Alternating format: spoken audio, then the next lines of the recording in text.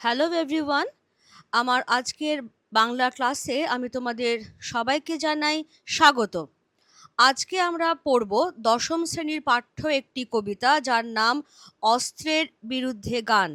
দেখো, এখানে আমি বলেই দিয়েছি আজকে এটার পর্ব ১। অর্থাৎ এই পর্বে আমরা প্রাথমিকভাবে কবি পরিচিতি, কবির উল্লেখযোগ্য কাব্যগ্রন্থ, উপন্যাসের নাম, বিশেষ কি কি পুরস্কার বা সম্মানে তিনি ভূষিত হয়েছেন সেগুলো তো জানবই। তারই সঙ্গে আমরা কবিতার পংক্তি ধরে ধরে বিশ্লেষণ তথা সামগ্রিক যে পাঠের আলোচনা সেটাও কিন্তু করে নেব। অস্ত্রের বিরুদ্ধে গান কবিতাটির রচয়িতা কবি জয় গোস্বামী আধুনিক যুগের অন্যতম বিশিষ্ট এবং খ্যাতিমান একজন কবি। জয় গোস্বামীর জন্ম হয় ১৯৫৪ খ্রিস্টাব্দে কলকাতায়। তাঁর উল্লেখযোগ্য কাব্যগ্রন্থের মধ্যে রয়েছে প্রত্নজীব, উন্মাদের পাঠক্রম, ভুতুম ভগবান, ঘুমিয়েছ ঝাউপাতা, পাগলি তোমার সঙ্গে, এই রকম আরও অনেক আছে। উল্লেখযোগ্য উপন্যাসের মধ্যে রয়েছে সেই সব শেয়ালেরা, সুড়ঙ্গ ও প্রতিরক্ষা, এই রকম ধরনের। আর বিখ্যাত যে কাব্য উপন্যাস অর্থাৎ কাব্যের আঙ্গিকে লেখা উপন্যাস, সেটির নাম যারা বৃষ্টিতে ভিজেছিল। তার অর্জিত পুরস্কার এবং সম্মাননার মধ্যে রয়েছে আনন্দ পুরস্কার। ঘুমিয়েছ ঝাউপাতা কাব্যগ্রন্থের জন্য তিনি অর্জন করছেন ১৯৯০ সালে। বজ্রবিদ্যুৎ ভর্তি খাতা আরেকটি কাব্যগ্রন্থ তার, যেটির জন্য তিনি পাচ্ছেন বাংলা একাডেমি পুরস্কার ১৯৯৭ সালে। আর পাগলি তোমার সঙ্গে এই কাব্যগ্রন্থের জন্য পাচ্ছেন সাহিত্য একাডেমি পুরস্কার ২০০০ খ্রিস্টাব্দে। এবারে চলে এসো অস্ত্রের বিরুদ্ধে গান। অস্ত্রের বিরুদ্ধে গান মূল গ্রন্থের নাম পাতার পোশাক, প্রকাশিত হয় ১৯৯৭ খ্রিস্টাব্দে। অনেক সময় এমসিকিউতে আমরা এই বানানটাকেই দেখি পেটকাটা মূর্ধন্য ষ। সুতরাং যেটাই তুমি পাও না কেন, দুটো আনসারই কিন্তু কারেক্ট হবে। মূল গ্রন্থের নাম পাতার পোশাক। এবারে তাহলে চলো আমরা অস্ত্রের বিরুদ্ধে গান কবিতাটা পড়ে নিই। কবিতার যে নাম সেটা থেকেই স্পষ্ট যে কবি এখানে অস্ত্রের বিরুদ্ধে অর্থাৎ যাবতীয় পেশি শক্তির বিরুদ্ধে, অস্ত্র আস্ফালনের বিরুদ্ধে তিনি সঙ্গীতের শক্তিকে প্রতিষ্ঠা করতে চেয়েছেন। সঙ্গীত অর্থাৎ যা আমাদের শুভবোধ, শুভ চেতনার প্রতীক হয়ে আসে, তিনি সেই শুভবোধ, শুভ চেতনাকেই দাঁড় করাতে চেয়েছেন পেশি শক্তির আস্ফালনের বিরুদ্ধে। কি বলছেন কবি? অস্ত্র ফেলো, অস্ত্র রাখো পায়ে। তাহলে অস্ত্রকে কোথায় রাখতে বলা হচ্ছে? অস্ত্রকে পায়ে রাখতে বলা হচ্ছে, অস্ত্রকে ফেলে দিতে বলা হচ্ছে পায়ের কাছে। আমি এখন হাজার হাতে পায়ে এগিয়ে আসি, উঠে দাঁড়াই, হাত নাড়িয়ে বুলেট তাড়াই, গানের বর্ম আজ পড়েছি গায়ে। গান তো জানি একটা দুটো, আঁকড়ে ধরে শেখর কুটো, রক্ত মুছি শুধু গানের গায়ে। মাথায় কত শকুন বাচিল, আমার শুধু একটা কোকিল, গান বাঁধবে সহস্র উপায়ে। অস্ত্র রাখো, অস্ত্র ফেলো পায়ে, বর্ম খুলে দেখো আদুর গায়ে, গান দাঁড়ালো ঋষি বালক, মাথায় গোঁজা ময়ূর পালক, তোমায় নিয়ে বেড়াবে গান নদীতে দেশ গায়ে। অস্ত্র ফেলো, অস্ত্র রাখো, গানের দুটি পায়ে। তাহলে পরিষ্কার কবি যেটা বলছেন যে পেশি শক্তির আস্ফালন বন্ধ করো, অস্ত্র যা হিংসার প্রতীক সেই অস্ত্র ফেলে দাও। কোথায় ফেলে দিতে হবে? গানের দুটি পায়ে ফেলে দিতে হবে। কারণ গান যা মানুষের শুভবোধ, শুভ চেতনার প্রতীক, সেটাই পারে অস্ত্রের বিরুদ্ধে শক্তিশালী প্রতিরোধ গড়ে তুলতে। তাহলে কবি এখানে কি বলছেন আমরা একবার দেখে নেব ভালো করে। কবি জয় গোস্বামী এই কবিতায় অস্ত্রের বিরুদ্ধে সংগ্রামের জন্য সঙ্গীতের ক্ষমতার কথা বলেছেন। কেমন? তাহলে গানের যে ক্ষমতা, গানের যে শক্তি, তার কথা তিনি এখানে বলেছেন। কি বলছেন তিনি? মানুষের অস্ত্রনির্ভরতা মুষ্টিমেয় কিছু ব্যক্তির ক্ষমতার প্রতি যে লোভ ও ধ্বংসাত্মক যে মনোভাব, তারই প্রকাশ। তার থেকে অনেক অনেক বেশি গুরুত্বপূর্ণ কি তাহলে?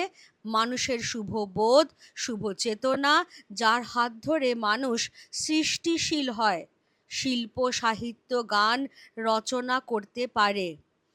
এবার কবি কি বলছেন? দেখো, বলছেন যে গানের বর্ম, গান শুধু আনন্দদানকারী কোনো শিল্প মাধ্যম তো নয়,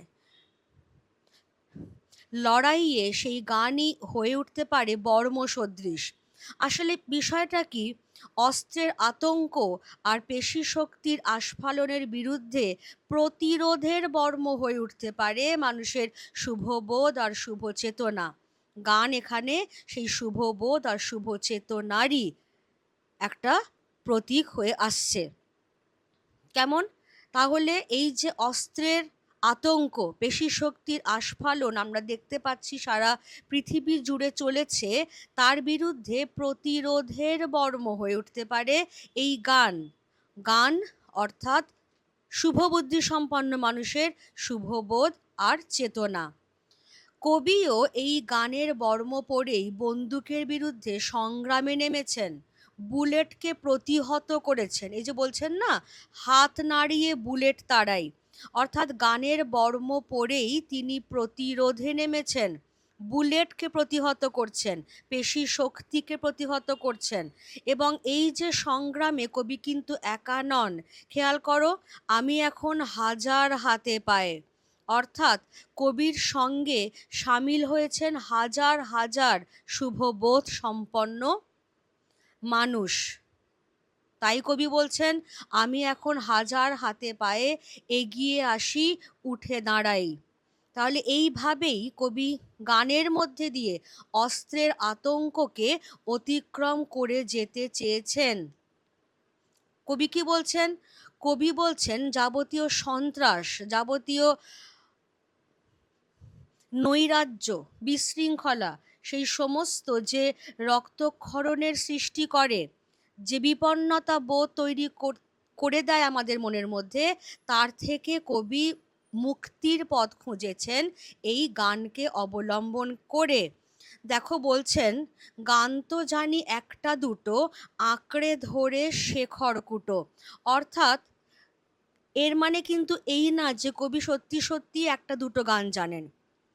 খড়কুটো, বিপন্ন মানুষ, যে মানুষটা ডুবে যাচ্ছে, সাঁতার জানে না, সে সামান্য কিছু অবলম্বন হলেও সেইটাকে আঁকড়ে ধরে ভেসে থাকতে চায়। সেই রকমভাবেই পৃথিবী জুড়ে যে অস্ত্রের আতঙ্ক চলেছে, যে পেশি শক্তির আস্ফালন চলেছে, তার বিরুদ্ধে সংগ্রামের জন্য কবির অবলম্বন শুধুমাত্র গান। সেই সামান্য একটি মাত্র অবলম্বন বোঝাতেই কবি খড়কুটো কথাটা ব্যবহার করছেন। এবং তিনি কি বলছেন? রক্ত মুছি শুধু গানের গায়ে, অর্থাৎ সঙ্গীতের শক্তি দিয়ে তিনি এই অস্ত্র শক্তি, এই পেশি শক্তির আস্ফালনকে প্রতিরোধ করতে পারবেন। অস্ত্রের ক্ষমতা সঙ্গীতের ক্ষমতার চেয়ে কখনোই বেশি হতে পারে না। সেই জন্যেই কবি গানের গায়ে রক্ত মুছছেন, অর্থাৎ অস্ত্র যে রক্তের সৃষ্টি করে, যে রক্ত প্রবাহের জন্ম দেয়, সেই হিংসাকে কবি মুছতে চেয়েছেন, হিংসাকে কবি প্রতিরোধ করতে চেয়েছেন সঙ্গীতের সাহায্যে। কবি এবার কি বলছেন? কবি এবার বলছেন, মাথায় কত শকুন বা চিল, আমার শুধু একটা কোকিল, গান বাঁধবে সহস্র উপায়ে। কবি বলছেন, মাথার ওপর শুধুই আজকে উড়ে বেড়াচ্ছে চিল শকুন, তথা চারিদিকে শুধু হিংসা আর অরাজকতাই প্রত্যক্ষ করছেন কবি, কিন্তু তা সত্ত্বেও কবি ভরসা হারাননি। তিনি ভরসা রেখেছেন আমাদের সকলের শুভ বোধের ওপর, যা সব রকম সামাজিক নৈরাজ্য, ধ্বংস ও মারণ উন্মত্ততাকে প্রতিহত করতে পারবে। আর এই শুভবোধ আর সৃজনশীল সত্তাকেই কবি একটা কোকিল বলে অভিহিত করেছেন। কারণ কবি তথা শিল্পীর কাছে যেহেতু তার গান, তার শিল্পটাই একমাত্র অবলম্বন, তাই শুধু একটা কোকিল। হতে পারে তুমি প্রচুর শক্তিশালী, হতে পারে তোমরা সংখ্যায় অনেক, হতে পারে তোমাদের পেশি শক্তির আস্ফালন আমাদেরকে সবসময় দমিয়ে রেখেছে, চারিদিকে একটা হিংসার পরিবেশ, কিন্তু এই যাবতীয় চিল শকুন তথা এই যে সামাজিক বিশৃঙ্খলা, এই যে হিংসার উন্মত্ততা, তার বিরুদ্ধে একটা কোকিলই যথেষ্ট। অর্থাৎ আমাদের যে শুভবোধ, আমাদের যে সৃজনশীল সত্তা, সেটাই যথেষ্ট যাবতীয় হিংসার উন্মত্ততাকে প্রতিহত করবার জন্য। কেন? আমার শুধু একটা কোকিল গান বাঁধবে সহস্র উপায়ে। অর্থাৎ গানের কিন্তু দেখবে কোনো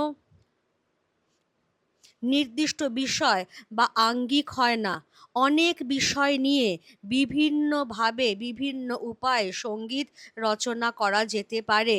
সেই জন্য কবি বা শিল্পী তার সৃজনশীল সত্তা দিয়ে তিনি বহু বহু উপায়ে কিন্তু গান বাঁধতে পারবেন। অর্থাৎ এমন অনেক বিষয় বৈচিত্র্যের সমাহার ঘটাতে পারবেন, যেগুলো একত্রিত হয়ে পেশি শক্তির আস্ফালনের বিরুদ্ধে প্রতিরোধের শক্তি হয়ে দাঁড়াবে। কবি কি বলছেন? যেহেতু গানের ভেতর দিয়ে হৃদয়ের উচ্ছ্বাস, নিবিড় অনুভূতি, এই সমস্ত কিছুরই তো প্রকাশ ঘটে, সেই জন্য কবি গানকে মাথায় ময়ূর পালক গোঁজা ঋষি বালকের সঙ্গে তুলনা করেছেন। তা তেমনই স্নিগ্ধ, সতেজ, স্বতঃস্ফূর্ত আর আন্তরিক। দেখো কবি কি বলছেন? কবি বলছেন, অস্ত্র রাখো, অস্ত্র ফেলো পায়ে, বর্ম খুলে দেখো আদুর গায়ে গান দাঁড়ালো ঋষি বালক, মাথায় গোঁজা ময়ূর পালক। অর্থাৎ তুমি যখন অস্ত্র ফেলে দিতে পারবে, তুমি যখন হিংসাকে ত্যাগ করতে পারবে, তুমি তখনই দেখবে যে আদুর গায়ে, খালি গায়ে যেরকম ঋষি বালক দাঁড়িয়ে থাকে, তার মাথায় ময়ূর পালক গোঁজা, ঠিক সেই রকমভাবেই শান্ত, স্নিগ্ধ, স্বতঃস্ফূর্ত আর আন্তরিক হয়ে গান তোমার সামনে দাঁড়িয়ে রয়েছে। কাজেই আজকে এই অস্ত্র ত্যাগ করো, যুদ্ধের বর্ম গা থেকে খুলে ফেলো, তাহলেই গানের শক্তিকে, গানের আন্তরিকতাকে, গানের ব্যাপ্তিকে তুমি বুঝতে পারবে, যা হিংসার থেকে, পেশি শক্তির আস্ফালনের থেকে হাজার হাজার গুণ বেশি পরিব্যাপ্ত এবং বিস্তারিত। তোমায় নিয়ে বেড়াবে গান নদীতে দেশ গায়ে, অস্ত্র ফেলো, অস্ত্র রাখো গানের দুটি পায়ে। কবি যেটা বলছেন, কবি বলছেন গানের মধ্যে যেমন রয়েছে বিষয়ের বৈচিত্র্য, প্রসারতা, তেমনি গানেই আছে মাটির ছোঁয়া। গান আমাদের অন্তরের এমন এক আশ্চর্য বিস্তৃতি ঘটায়, আমাদের তুচ্ছ জাগতিক বিষয় থেকে মনকে উত্তীর্ণ করে একটা অপার্থিব অতীন্দ্রিয় জগতে। এবং যেহেতু গানের মধ্যে এই বিষয়ের বৈচিত্র্য আছে, গানের মধ্যে সেই পরিব্যাপ্তিটা আছে, যা যাবতীয় ক্ষুদ্রতাকে অতিক্রম করে আমাদের মনটাকে অনেক অনেক দূরে বিভিন্ন জায়গায় নিয়ে যেতে পারে। এই যে গান আমাদের অন্তরের সমস্ত ক্ষুদ্রতাকে অতিক্রম করে অনেক জায়গায় সর্বত্র পরিব্যাপ্ত হয়ে যেতে পারে, সেটা বোঝাতেই কবি বলছেন যে নদীতে, দেশ গায়ে, সব জায়গায় গান আমাকে নিয়ে বেড়াতে পারবে। গানের সুরে সুরেই প্রকৃতির সঙ্গে আমার সংযোগ ঘটবে, লোক জীবনের কাছে আমি পৌঁছতে পারবো। গানের এই যে শক্তি, এই সীমাহীন বিস্তার, তা কিন্তু অস্ত্রের যে শক্তির থেকে হাজার হাজার গুণ বেশি। সুতরাং কবিতাই শেষ পর্যন্ত এই সিদ্ধান্তেই উপনীত হচ্ছেন, অস্ত্র ফেলো, অস্ত্র রাখো গানের দুটি পায়ে। হিংসা দিয়ে কোনো কিছু জয় করা যায় না। হিংসা দিয়ে তুমি সাময়িক কালের জন্য হয়তো বিজয় প্রাপ্ত হতে পারো, কিন্তু যদি সব সময়ের জন্য তোমাকে বিজয় প্রাপ্ত হতে হয়, তাহলে কিন্তু তোমাকে ভরসা রাখতে হবে মানুষের শুভবোধ এবং শুভ চেতনার ওপর। গান যার প্রতীক হয়ে আসছে। তাই হিংসাকে পরিত্যাগ করো, অস্ত্রকে ফেলে দাও একদম গানেরই দুটো পায়ে।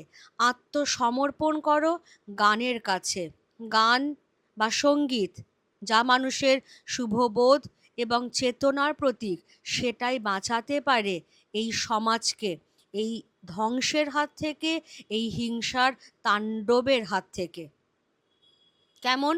তাহলে কবিতাটার আলোচনা আমাদের এখানেই শেষ হলো, এবং এখানেও আমরা যেটা দেখতে পারছি, যদি আমরা একটু আলোচনা করে নিই, যে অস্ত্রের বিরুদ্ধে গান, এই যে নামটা কবি দিলেন, সে কি কেবলই বিষয়ের ওপর ভিত্তি করে?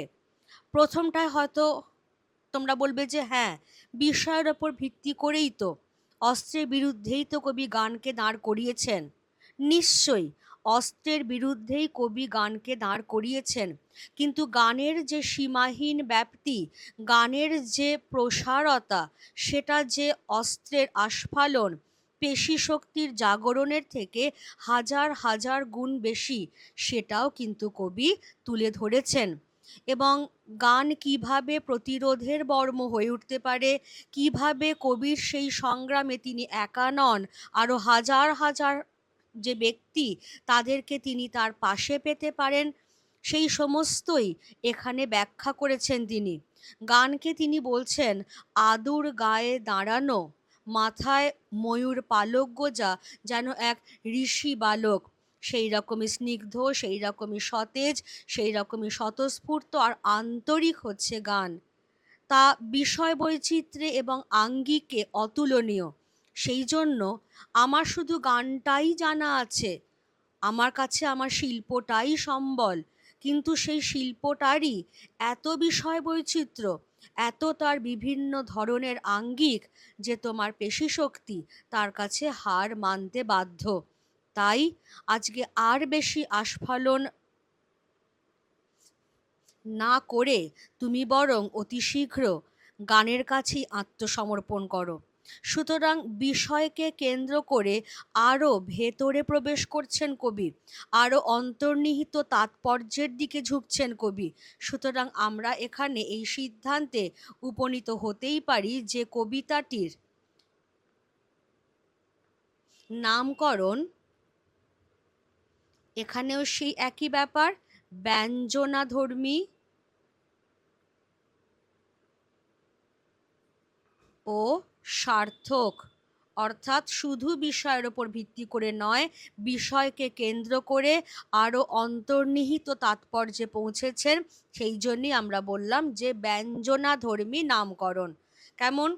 তাহলে সবার কাছে ক্লিয়ার হয়েছে যে অস্ত্রকে কবি কোথায় রাখতে বলছেন, কোথায় ফেলতে বলছেন? পায়ে। কার পায়ে? সেটা একদম শেষে গিয়ে ক্লিয়ার হয়েছে, গানের দুটি পায়ে। কবি এগিয়ে আসছেন হাজার হাতে পায়ে। এগিয়ে আসছেন কেন? না অস্ত্রকে, পেশি শক্তিকে প্রতিরোধ করবার জন্য কবি এগিয়ে আসছেন হাজার হাতে পায়ে। কবির একার হাজার হাত পা নেই, কিন্তু এই অস্ত্র শক্তি, এই পেশি শক্তির বিরুদ্ধে প্রতিরোধের জন্য কবি আরও হাজার হাজার মানুষকে পাশে পেয়েছেন। সেই হাজার হাজার মানুষ তার শক্তি হয়ে তার সঙ্গে এগিয়ে আসছে, তারা উঠে দাঁড়াচ্ছে। উঠে দাঁড়ানো কথাটার অর্থই হচ্ছে প্রতিরোধ গড়ে তোলা। হাত নাড়িয়ে বুলেট তাড়াই, অর্থাৎ যেরকমভাবে হাত নাড়িয়ে আমরা খুব তুচ্ছ মশা মাছি সেইভাবে তাড়িয়ে থাকি, ঠিক সেই রকমভাবেই কবি গানের বর্ম পরেই এমন শক্তিশালী প্রতিরোধ গড়ে তুলছেন যে অনায়াসে তিনি বুলেটকে প্রতিহত করতে পারছেন। কবি বলছেন যে যার যেটুকু আছে সেই সামান্য অবলম্বনটুকু নিয়েই সে কিন্তু বিরুদ্ধ প্রতিবেশের সঙ্গে সংগ্রাম করতে পারে, অন্তত নিজের অস্তিত্বটুকু বজায় রাখতে পারে। কবিও তেমনি একটা দুটো গানই জানেন, অর্থাৎ বিরাট এই যে পেশিশক্তির আস্ফালন, অস্ত্রের জাগরণ, তার বিরুদ্ধে কবির একমাত্র অবলম্বন হচ্ছে গান বা সঙ্গীত, তথা শুভবুদ্ধি সম্পন্ন মানুষের শুভবোধ বা চেতনা, এবং সেইটা নিয়েই কবি অস্ত্রের বিরুদ্ধে আজকের সংগ্রামে যোগ দিয়েছেন। সেই হিংসাকে তিনি মুছে ফেলতে চাইছেন গানের শক্তি দিয়ে, গানের সাহায্যে। মাথার ওপর আজকে কত চিল শকুন উড়ে বেড়াচ্ছে, অর্থাৎ চারিদিকে যে অরাজকতা, যে হিংসা, যে বিশৃঙ্খলা, সেই সমস্ত কিছুকে প্রতিহত করবার জন্য কবির একটা কোকিলই যথেষ্ট। অর্থাৎ কবি বা শিল্পীর যে শিল্প সত্তা, যেটা তাদের শুভবোধের প্রতীক, সেটাই বিভিন্নভাবে শিল্প সৃষ্টি করতে পারে, বিভিন্ন আঙ্গিকে শিল্প সৃষ্টি করতে পারে। যেমন কোকিল হাজার উপায়ে গান বাঁধতে পারে, তেমনি কবি বা শিল্পীও হাজার হাজার উপায়ে বিভিন্নভাবে শিল্প সৃষ্টি করতে পারেন, এবং এই শিল্পের মধ্যে দিয়ে মানুষের শুভবোধ আর চেতনার জাগরণই ঘটে। সেই জন্য আজকে তোমার আর অন্য কোনো উপায় নেই, তুমি অস্ত্র রাখো, অস্ত্র ফেলে দাও গানের দুটো পায়ে, তাহলেই দেখতে পাবে যে আদুর গায়ে ঋষি বালক দাঁড়িয়ে রয়েছে, মাথায় তার ময়ূর পালক গোঁজা। এবং এই যে ঋষি বালকের তুল্য আন্তরিক যে গান তোমাকে নিয়ে দেশে দেশান্তরে চারিদিকে ছড়িয়ে পড়বে, গানের এতটাই ক্ষমতা, গানের এতটাই সীমাহীন বিস্তৃতি, যা অস্ত্রের শক্তির তুলনায় হাজার হাজার গুণ বেশি। তাই কবি বলছেন, অস্ত্র ফেলো, অস্ত্র রাখো গানের দুটি পায়ে। ক্লিয়ার সবার কাছে? কবিতাটা আমি কিন্তু দুবার আলোচনা করে দিলাম, এবং সেই সঙ্গেই কবি পরিচিতি অংশটাও আমরা দেখে নিলাম। আশা করি সবাই খুব ভালোভাবে বুঝতে পেরে গেছো। তাও যদি তোমাদের কোনো ডাউট থাকে বা কোয়ারি থাকে, তোমরা আমাকে কমেন্টে জানাও, আমি সেই কমেন্টে তোমাদের রিপ্লাই দিয়ে দেবো। চ্যানেলটা সাবস্ক্রাইব করতে ভুলো না, বেল আইকনটা প্রেস করে রেখো, যাতে যখনই আমার ভিডিওগুলো বেরোবে তোমাদের কাছে চলে আসবে।